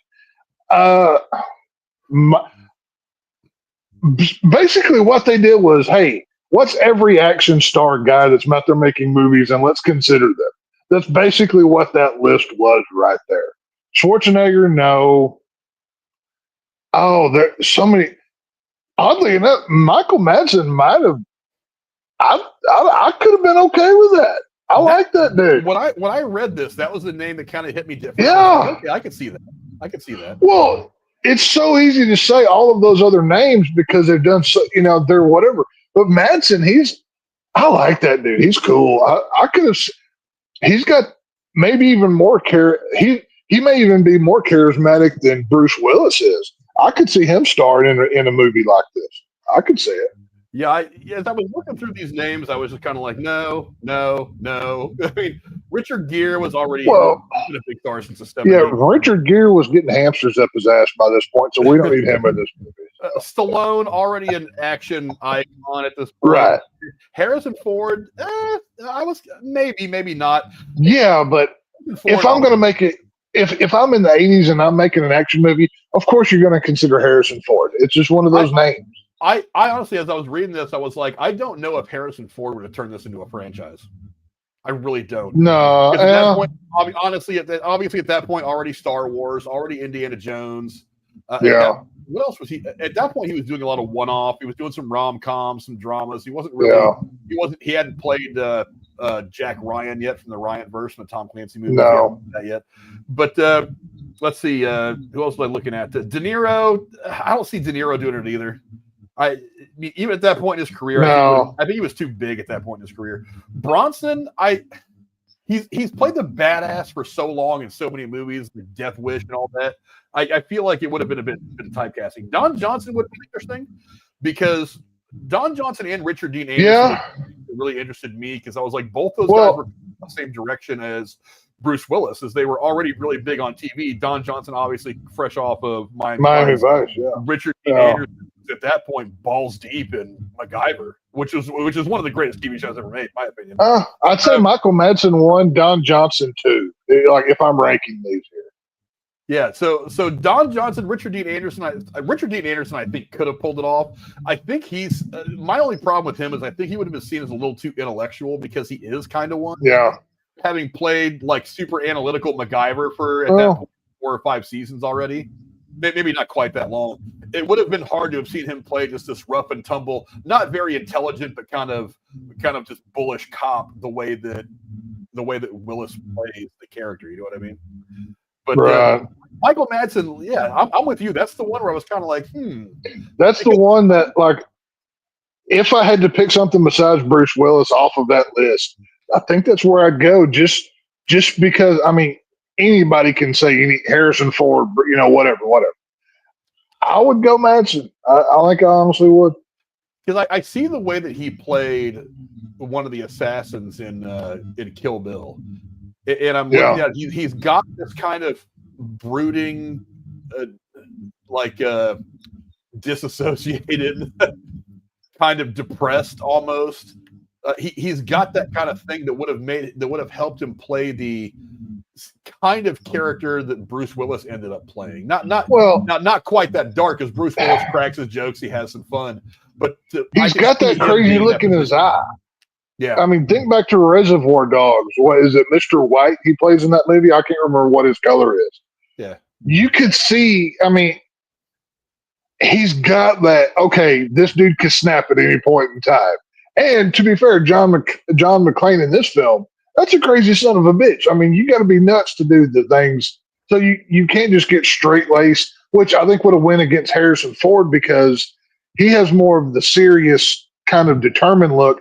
Whereas Madsen, he can get shit done, but it's going to get crazy in the process. You know what I'm saying? So I think that's why I would have went with him. But also there could have been different people that played Bonnie Bedelia's character. Right? Now, this list is kind of interesting too.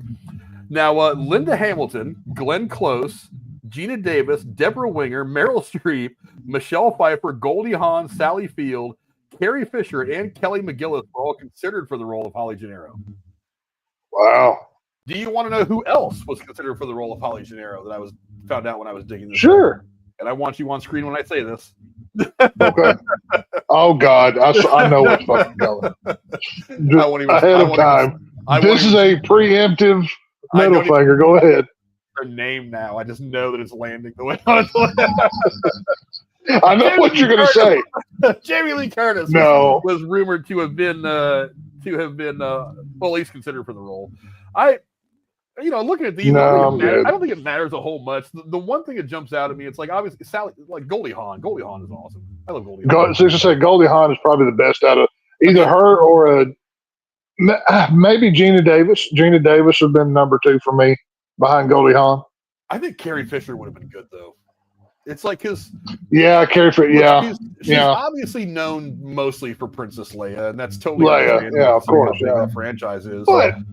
But she was actually in a lot of movies that were smaller productions where you really get to see her act. So it's not just, it's like everybody remembers her sitting next to Jabba in the middle bikini. That's the easy memory. But go watch some of her. Go watch, what's the one that she did that was based on the relationship with her and her mom?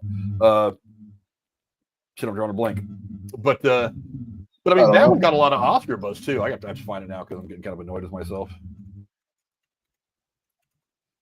Well, but to be fair, though, the role of wife in this film is nothing. The wife is basically a plot device in this movie. I mean, she's there for John McClane to try to reunite with her. It wouldn't have really mattered who it was in this movie as long as they were a workable actor. I mean, they weren't integral to their skill of acting in this film really changed anything. It's not, that change is not as big as like Clint Eastwood and Bruce Willis change. Like that's a dramatic change. The wife change was like apples to oranges, like whatever. Yeah, Carrie Fisher, she was in Hannah and Her Sisters, which was loosely kind of based on her life, but she wrote the book Postcards from the Edge, which ended up getting turned into a movie, and that was about her life, her relationship with her mom, things like that. Of course, was Debbie Reynolds, the famous actress of her own right. But yeah, so I know that it would have been interesting to see her in that role as well. But the other one that jumped out at me on that list was, God, I wish she had drank her career away, was Deborah Winger. God, she was so good in the early 80s, and she was knockout gorgeous. I mean, I know for a fact you've probably seen the movie Urban Cowboy. I know it's not one of your usual things that you would watch, but having been in Texas, I'm sure that was required. As a kid, we used to own the VHS to Urban Cowboy, and my mother would watch that movie probably 10 times a year. I've seen that more movies than I can count. Oddly enough, I've seen it enough that I actually like the movie because that's very accurate to Texas. I know that takes place in the 80s. There's not much difference. It's just more technologically advanced. Pretty much the same thing. But yeah, I actually like Urban Cowboy. But Deborah Winger, I've talked about this on here before, but on Netflix, that Ashton Kutcher show, The Ranch, she plays his mom on that show. She plays kind of like an outlaw hippie chick. She lives in like a trailer, and she moves around a lot. She's really good in the show. If you haven't seen The Ranch on Netflix, she's in there and pretty good. I liked her on that show. Yeah, I've always been a big fan of Deborah Winger's stuff in the 80s. It's such a she's so talented, so beautiful in the 80s. She is smoking hot in Urban Cowboy, wearing like the vest and like that cowboy hat and nothing else. I'm like, damn, I know why Bud went crazy. I get it, I do the same. What's the other movie she was in? Fucking God damn it! I'm drawing a blank on one of the movies she was in. Was really big. I'm forgetting it. Urban Cowboy, Legal Eagles, Trash, Oh yeah, she was. I haven't watched any. Officer and Gentleman. That's what I was thinking of back in 1982. But yeah, she was in that. That movie got tons of. Yeah, if you don't think that's hot right there, you like guys named Fred. You don't like chicks. I got news for you. So yeah, she counts. Yeah, she definitely counts. That would have been fun. But let's see. But I'll take anybody off that list besides that 3-name witch, which we shall not say her name on this podcast. So. If I ever want to press Texas buttons and really piss them off, or I take a short video of me pouring A1 on a steak and I just text it to him. Oh, Jesus. I will eat a well done burnt steak smothered in A1 before I say that witch's name. No, thank you. Yeah, she actually did write the book first. The book came out a couple of years, I think 3 years before the movie, as I was just looking at. But I'm already off that screen, so I can't remember exactly. A grifting whore with her shit yogurt. Thank you. Yeah, Aaron says he would have loved Sally Field in that role. Sally Field could have been interesting, but the most action-y thing I've ever seen Sally Field do is probably Smokey and the Bandit, and that's not like over the top action the way that this movie was. That was kind of like goofy. The only image I need of her is changing her dress, getting almost naked in the hot rod going down the road. That's all that I need from Sally Field. I'm good. So, eastbound and down, baby. Love Smokey and the Bandit. Damn right. Let's see. I was talking about this earlier. The novel is actually a sequel to the 1960s The Detective, also based on a Roderick Thorp novel, which stars Frank Sinatra in the lead role. When Fox moved forward on Die Hard, they actually approached Sinatra and offered him the role. He said that he was too old and too rich to do this, and the chases in the building would have to be done on rascal scooters. Well, Sinatra had all that mafia money, so I think he was good to go. True. Yeah, he wasn't. He died. I think he only died like 10 years after this movie was made. He was probably killing people in real life. He's like, why would I fake do this? I'll whack people on a weekend basis. What are you talking about?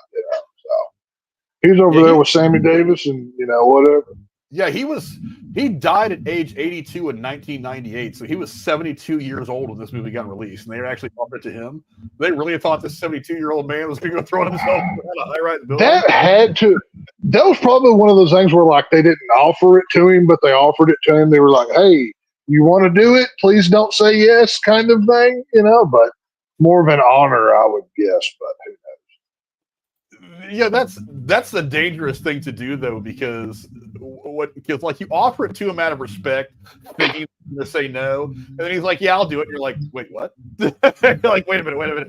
We're gonna have you. Well, to be fair, a 50-story high rise with a fire hose tape wrapped loosely and tied one time around your waist. Like, you really want to do this? You're going to be fighting terrorists that are like 28, 30 years old? That same argument, I would say, goes for Clint Eastwood. Because, I mean, what 50-year-old man's going to do that? I mean... But 50 is still doable. You can still kind of... like Liam Neeson, I mean, granted, we're talking about today's time and not what 50 was like 1988. But it's like Liam Neeson is still a bit of a badass.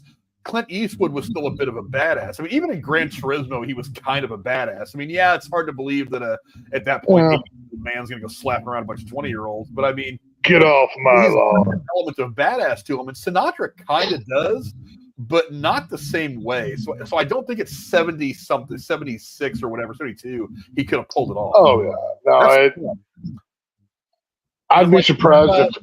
Even Connery. I'd be surprised if Frank Sinatra even stood for an entire concert at 72, much less get flung out of a building on a fire hose. So yeah, because even Connery, the last couple of movies, it was kind of getting to the point like I believed him being James Bond and swimming into the ocean and fighting Jaws when he was 35 years old, but now that he's 70.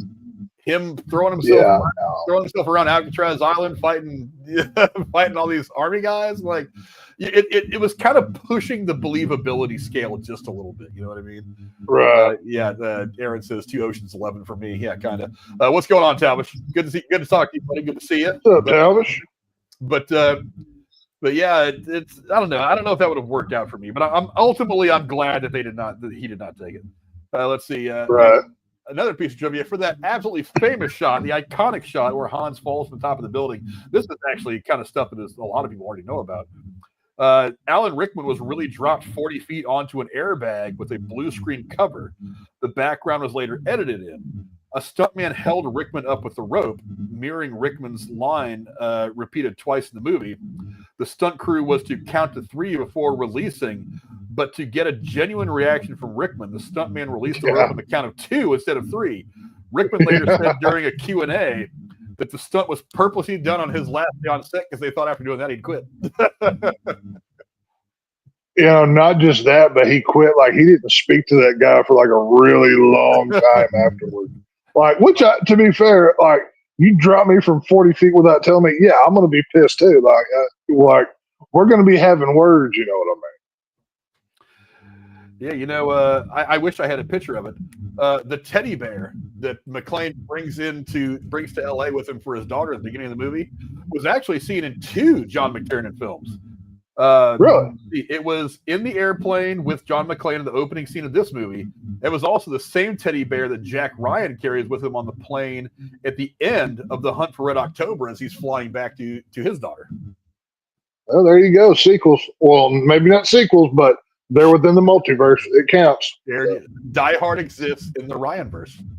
Die Hard is a Ryan-verse movie. John McClane. Now, we need John McClane versus... Yeah, John McClane, a.k.a. maybe it's a pseudo name as Jack Ryan. Like, maybe he had a whole nother life. He just didn't. Maybe that's why he's divorced in this movie. He was off doing Jack Ryan things. You don't know it. There's this old running theory. I think we mentioned it recently that The Rock with Sean Connery and Nicolas Cage, that's actually kind of a pseudo sequel to James Bond, because they talked about Connery's character being an ex-SAS agent with British intelligence, and that he got caught with stealing some microfilm, but hid the microfilm, got arrested, and never said where it was at. So a lot of people think that he is James Bond, who just got caught by the American government and had held in prison for 30 years or something like that, since he got caught back in the 70s or whatever. Why not? I mean, that's that's one of those things. As long as you don't put it in print, you can't get sued for attaching to the James Bond franchise. You just allude to it, and there's nothing they can do about it. So why not? Fan fiction is a pretty popular thing. So I mean, somebody could. Oh yeah, would be fine. I mean, oh yeah.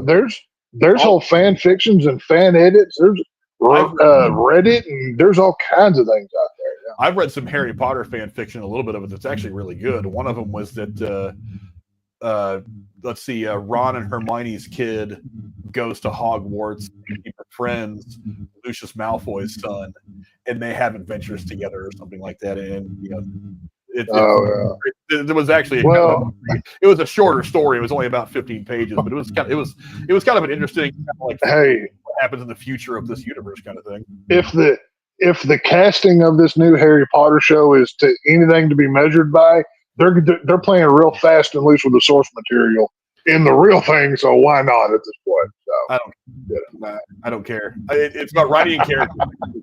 Odds are I'm not really that jazzed up to watch it because I like Daniel Radcliffe Harry Potter stuff. I like the movies. I'll probably watch them to see if they're any good, but I mean, I love the Harry Potter films because I enjoyed them with my youngest daughter. Whenever HBO Max first came out, literally the first thing that we watched on there was all 8 or 9, whatever it was, Harry Potter films, one after the next. And I appreciate those. And we actually got to go to the Harry Potter world down there in Universal Studios Orlando, and had a lot of fun with it. So I'm a Harry Potter fan. So it's all good. I like how the films got darker as the series went on. Yes. Like the color palettes changed a lot. Like the first couple movies were really kids' movies. As soon as Cedric Diggory dies, that's the fourth one, I believe. Goblet of Fire at the end of that one. As soon as Cedric Diggory dies, the entire tone of that franchise gets way darker. And I was like, that's where it got really grown up because the show kind of grows with the kids in their age group. So it's like the first couple movies are very dark, and then by the time you get to the last couple of movies, there are a lot more adult themes. There's a lot more of that stuff going on that makes it so the characters grow with the audience, which I thought was a brilliant thing to do. But one more quick thing, and I was saving this for Jeremy because I know how much he hates it when I do body count stuff, but I wasn't going to make anybody guess. I just wanted to compare this movie with the second movie, which we're going to go into probably sometime here. Maybe not next week, but maybe week after next. We'll actually start going through all the Die Hard movies. The body count in this movie is 18, which seems low. He blew a high rise in LA in half. But the body count is 18. Compare it to the body count in Die Hard 2, which came out 2 years later. The body count in Die Hard 2 is 164. Wow. Well, they really took that compared to other movies. See, since Jeremy's not here, I'm going to need you to when we review Die Hard 2, ask that same question again and let me go first so I can make sure to beat him because I already know the answer. But like I said, Jeremy, what do you want to bet text that he BJ? You can't tell your son you have to let me have this because he's absent. So shh. But hey, sequel, go bigger, go better. Yeah, BJ loved the Harry Potter books too. The only book I ever read from Harry Potter before I saw the movie was the last one, because the girl I was dating at the time, the mother of my 2 youngest kids, she was a big fan of the books, and she would always read the book and just kind of tell me what happened. So when the last book came out, I went and got a copy of it the day it came out. I actually the Cursed Child or whatever that one was. That's the play. That's the stage play that never got made into a movie. It's just say I don't count that in the Deathly Hallows. I read Deathly Hallows. Yeah, no, I love all the films. When that book came out, I had pre-ordered it for her. I went and picked it up. I was like, don't tell me what happens. I'm going to read the book myself when you're done reading it. So she read it and then gave it to me, and then I read it. And that was the only book I actually read. But I wanted to see when it comes to Harry Potter stuff, as far as the show goes, obviously I know they're going to wokeify a few things here or there. I would hopefully they tell more of the story that the movies could not do. That's the one thing. I like how each season is going to be one book, so they have more time to play with it. And let's hope Warner Brothers doesn't shit the bed on it. So we'll see what happens. Yeah, let's hope it makes it 6 seasons. it's right. I mean, it's going to happen. Man, some of these streamers, man, they just can't figure out a way to make these. Zaslav has that axe sharp, and he don't mind swinging that thing. You know what I mean? So who knows what'll happen. The axe of Zaslav has severed many a head. It's fallen across many a neck. He's got Zaslav has heads on his mantle of like Batgirl and all of the crap that he, the Looney Tunes movie. He has many victims. He has many skins on his wall, as they say. So damn right. What you gonna do? At this point, he's just like, it's like Thor's hammer. It's like wherever he is, if he decides he wants to kill a show, he's just like. And then the axe flies right to his hand. And in my head, if you like, I picture Zaslav. He's like sitting in the chair from Game of Thrones, like waiting to axe a project just to keep everybody else in line. That's kind of how he runs that company. Like that's like how the vision I have of David Zaslav. So what you gonna do? So. I bet you when somebody walks into his office and gives him some lip, he goes, "Oh, really? What show are you on? Cancel." He has like a tablet with like every show has like a green or red button under it. Like, oh, you getting mouthy? Boop, you're done. Swipe right.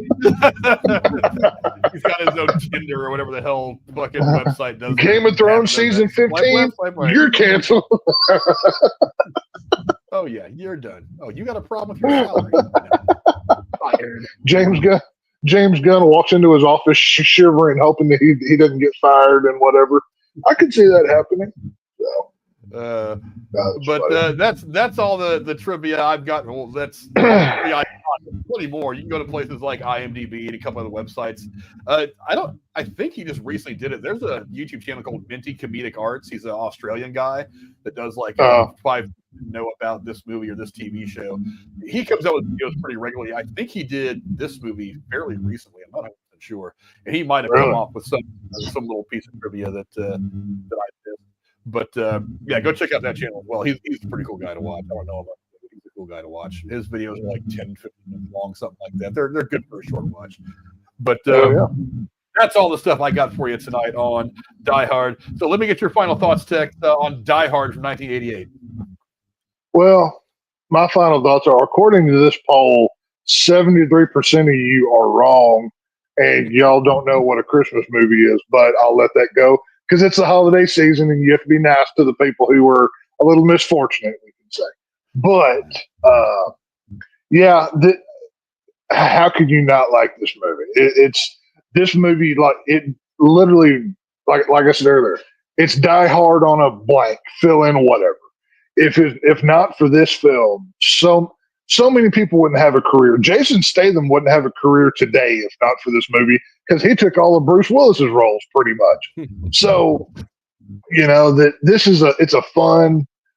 it's a solid story. This is a well-paced movie. Like when you watch this, like it flows, like it doesn't really slow down once you get into it. And it's a great watch. It's one of those movies you can watch anytime. You never really get bored with it. And, it's just a quality film, not just action. It's got heart to it for, like family, relationship type stuff. So solid flick. Yeah, it is like at the top of the mountain of action movies. I mean, or near the top at least. Yeah. It's just fun to watch. It's also fun to see an action star that's not all roided out like fucking Arnie or Stallone back in the 80s.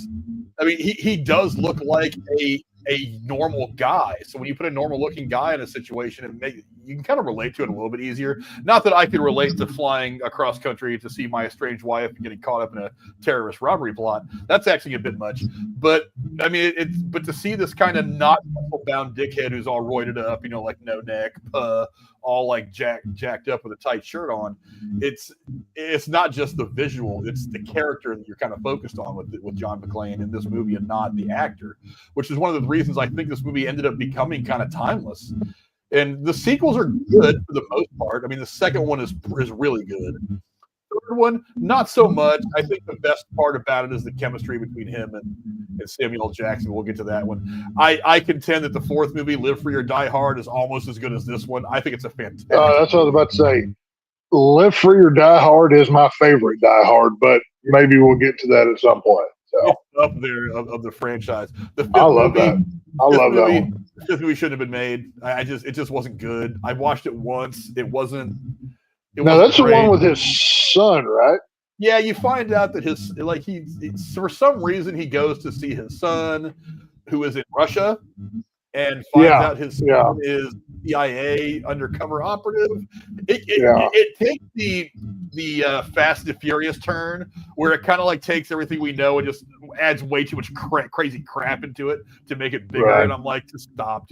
I would have sent him back to LA fighting a couple more terrorists. Just kind of keep it based, keep it on the level for what the franchise is instead of making him a spy. But whatever. I'll watch it for the purposes of reviewing it if we actually do it. I'm kind of the mind not to, just to do the good ones. I would say we keep it at 4 and call it a day. You know what? I feel like I should, though. I'd be okay just doing this one at 4, to be real honest with you, but, whatever. You do the other Rob Zombie movie that I've been wanting to do. Was it 31 or the one with the family? What's the last one that you were talking about? 3 from Hell. 3 from Hell. Yeah, 3 from Hell. Yeah. We did that one, right? We did.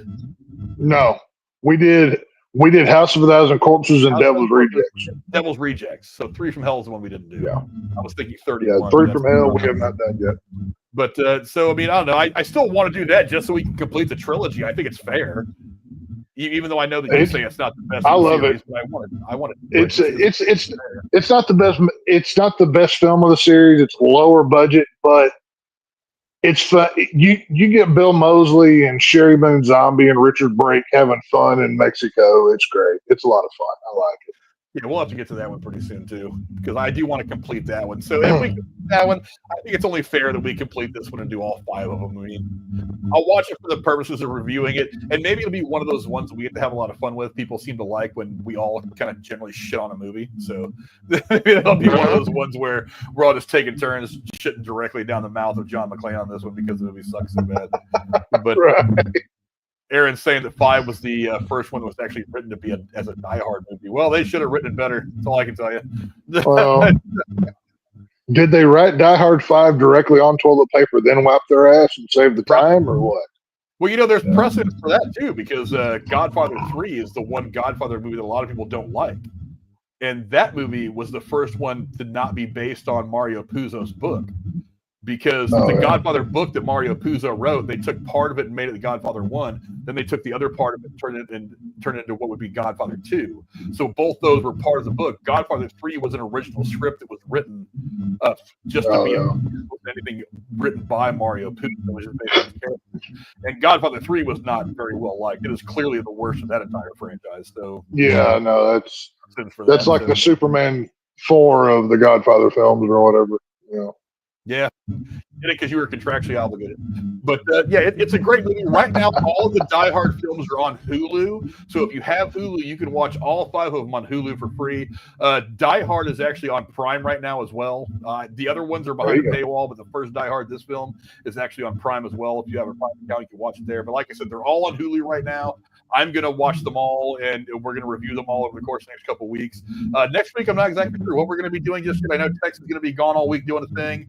Jeremy will be here. Aaron will probably be here for at least one of the shows. So I will think of something to do on Tuesday. But to my good friend, the Sheriff of Lone Star State, my man Tex, where can the folks at home find you, my friend? Well, for the next week, I hope you don't find me at all, because I'll be grease smeared and wearing nothing but camouflage, killing animals. So, I'm going to have my yearly hunting trip that we go out, we get our animals and whatever, stock those freezers full. But tomorrow night on Shudder, Joe Bob Briggs is having his annual Christmas special. I believe it's Christmas Carnage is what it's called this year. And what 2 movies he's showing, I don't know, because that's part of the fun. They give you a hint of the movie, but they don't tell you till it starts. So sign up for Shudder. It's like $6 a month or something. And watch Joe Bob Briggs, a classic horror movie host. The reason why I wanted to do what I'm doing now, he's even from here in my area in Texas. So God bless Joe Bob. Well, of course, his name's Joe Bob. Where else would he be from? Right. Well, funny enough, in February, I've already got tickets to go to one of his live shows and get his autograph on a few things. So Joe Bob Briggs is my idol. So tomorrow night on Shudder, go watch his annual Christmas special. And they always do like this charity auction thing where you can buy like merch, or they have an auction for like stuff from the set. And there's a website that they always put out for it. So go watch that tomorrow night. And I know we're going to be, Are you going to be doing Craven at any point next week? When's it come out? I forget. Next week. This weekend. This weekend. It comes out, the 13th. I don't know. I'm gonna go see it first because I know that you put. I know we were talking on Twitter. It's not, the reviews aren't good. Yeah, I'm holding out hope. I'm really holding out hope. I'm gonna go see it before I head out of town to go, pew pew some animals. But I have little hope.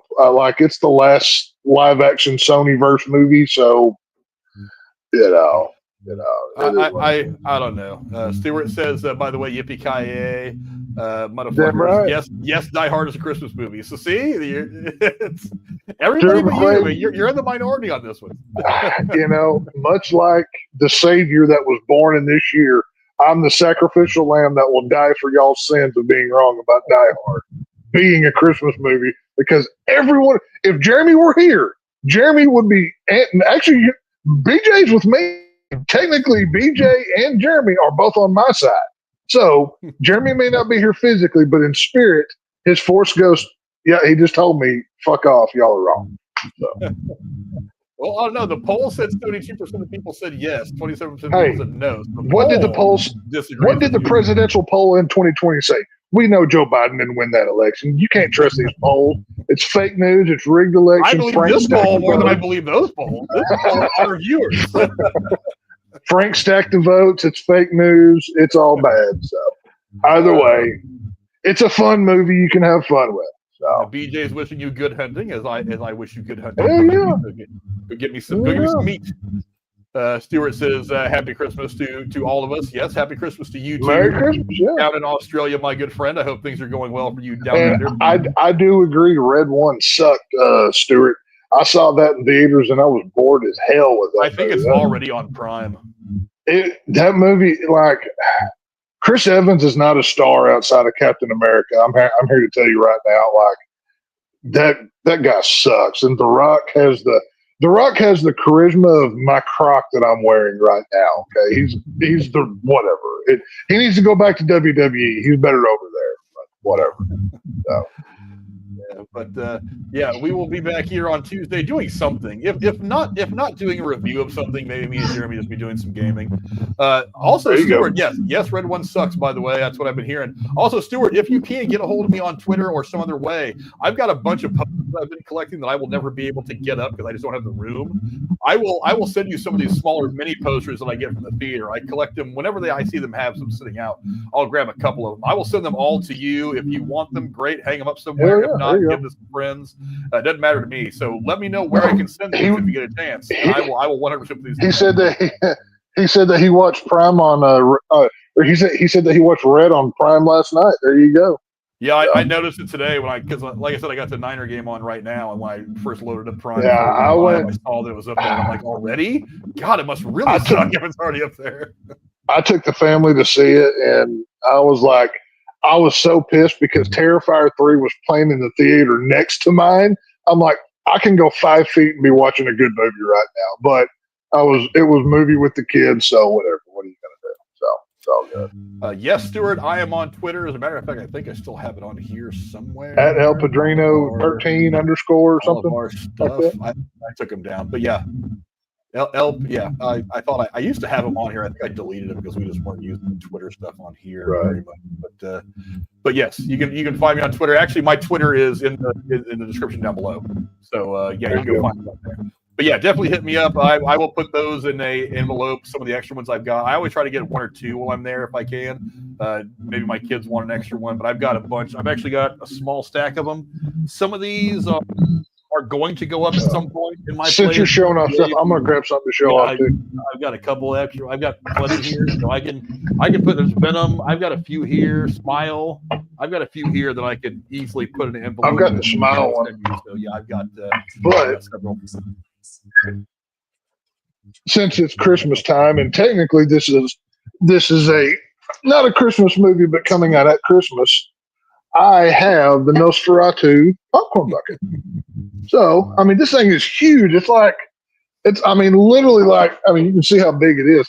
Like the detail, it's all metal. It's got Nosferatu written on the bottom.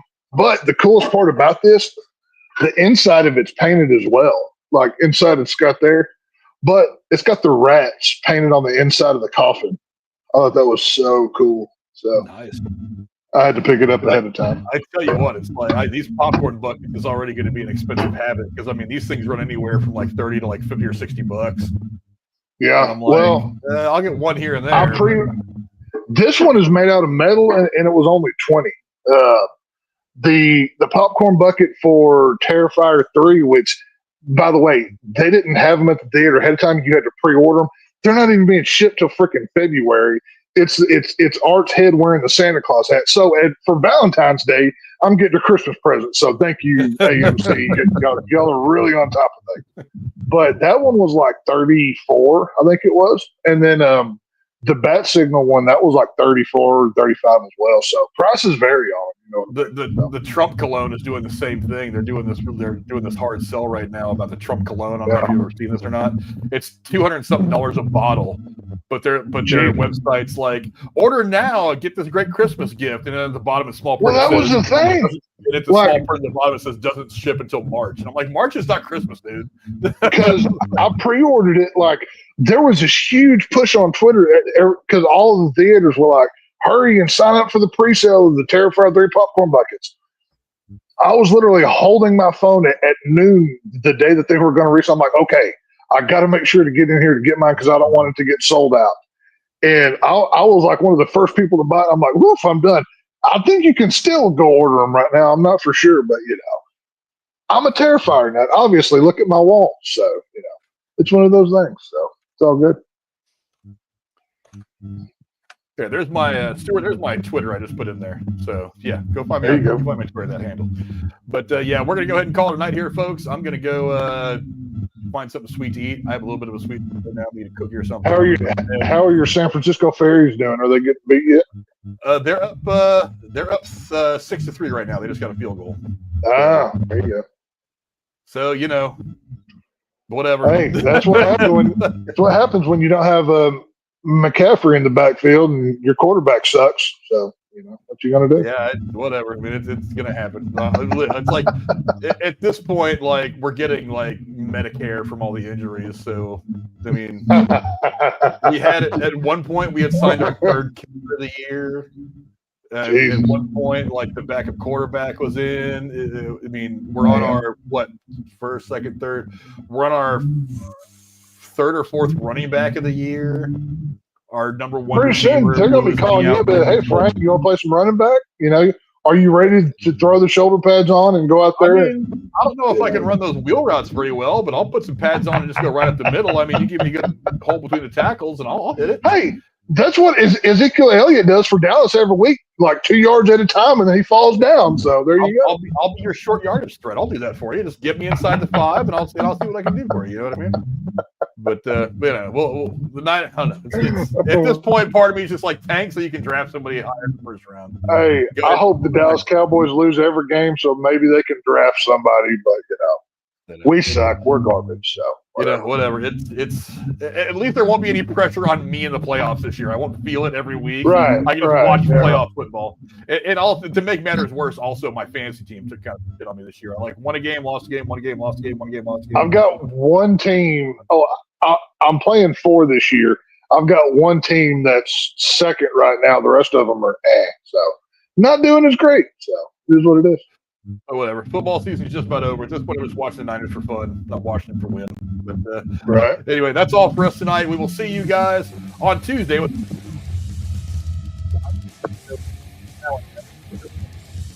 all of you for watching tonight. I very much appreciate it. Thanks to Tex for coming by and hanging out with me as always. And we'll see you guys next time. Until then, adios. Still not a Christmas movie. Well, I mean, the polls say different. I mean, I don't really care what Bruce Willis says. He's got aphasia anyway. He can't communicate right. Your poll maybe what he's thinking is that it is, but he can't communicate what he's thinking the right way. I'm blaming his. I'm very. That's probably insulting to some people, but I don't care. I'm just what I'm going to go with. And also, Jeremy, this way with the thumbnail. Do you see I put hands falling out of the building? There's Hans. Hans Gruber falling out of the building. I did that for Jeremy because I wanted him to react. So you John Madden the thumbnail with the boom and the circles and the lines. I like it. Boom.